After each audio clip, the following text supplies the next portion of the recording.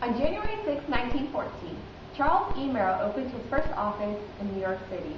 On May 6 of the same year, he persuaded Merill Lynch to join him. In 1915, they changed the name to Merill Lynch and Company.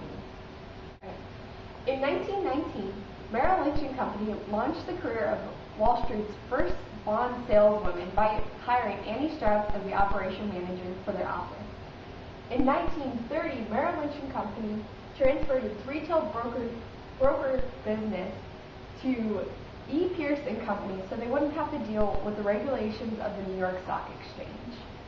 And in 1938, the name changed to Merill Lynch because Ed Lynch died, and Merill thought that out of respect for the dead, he should drop the comma between their names. In 1940, Merill Lynch opened its first foreign office in Havana, Cuba, which later closed in the 60s. Also, in 1941, they were the first Wall Street firm to publish an annual report for the year 1940. In 1945, Merill Lynch established the industry's first training school for account executives called Financial Advisors. To date, it's the industry's most rigid. In 1949, the San Francisco office of Merill Lynch offered an investment seminar for women. Over 800 women showed up around the block waiting to get in. In 1956, Merill Lynch was selected to be one of the 7 to bring a Ford Motor Company to the public. This gave the firm its first billion-dollar underwriting year. In 1958, Merill Lynch joined the board of the New York Stock Exchange. In 1971, Merill Lynch went public. It was the second of the big four to do so, but the first to be listed on the New York Stock Exchange. In 1973, the firm became the first securities company to adopt the holding company format. Also, in 1974, the bull logo was introduced and trademarked. In 1976, Merill Lynch Asset Management is created and it becomes an integral business part of the Merill Lynch family. In 1977, cash management accounts are introduced. This combines marginal accounts with money markets plus a checking account and a Visa debit card. In 1985, Merill Lynch becomes the first foreign security to be a regular member on the Tokyo Stock Exchange. In 1995, it acquired the Smith-Newport Corporation.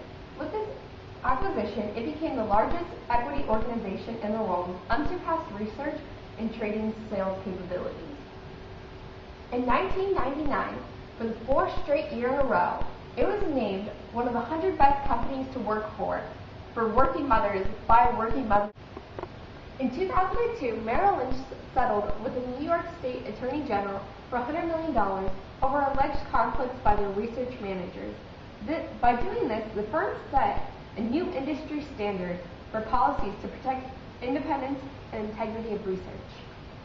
In 2008, Merill Lynch announced a plan to reduce exposure by $11.1 billion, a substantial sale of U.S. collateral debt obligations comprised of asset-based securities.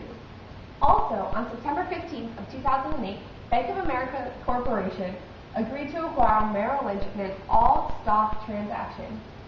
On January 1st of 2009, Merill Lynch became a wholly owned subsidiary of Bank of America Corporation. During the past 6 months, Merill Lynch has experienced a few bumps down the road, but has maintained an overall positive outlook toward the future. One recent story that actually grabbed my attention happened in January, where CEO of Merill Lynch, John Thain, spent $1.2 million on his downtown office in Manhattan, redecorating. He used the same decorator as President Barack Obama did for the White House, which is kind of interesting.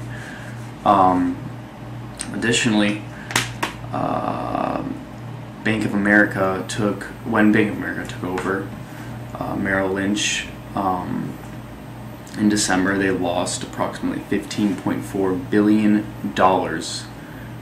in the 4th quarter. This loss actually forced Bank of America to seek additional aid from the government, which agreed to provide $20 billion in capital and $118 billion in asset guarantees. This is actually pretty interesting because it's kind of hypocritical of John Thane to actually spend $1.2 million redecorating his office when his company's finances are somewhat rocky to begin with. This definitely sends the wrong message to the public, which is definitely not beneficial for the company. Moving on, despite this recent topic, Merill Lynch has actually, surprisingly, maintained a positive outlook during the economic crisis these past 6 months. And they're doing a pretty good job in combating the economic crisis as well. According to the Merill Lynch survey of fund managers for April this year, optimism about growth has reached its highest since 2004, which is pretty good for the company. Furthermore, a net 26% of respondents say that the global economy will strengthen in the next 12 months. That's up sharply from the negative 24% in January.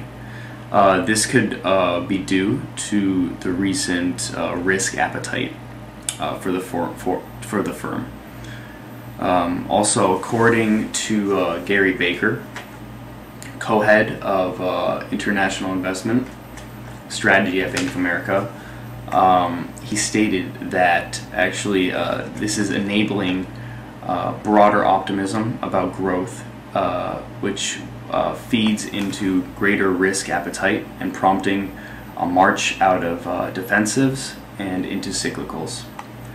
As far as Merill Lynch's future goes, it looks like they will continue to be a strong and healthy company.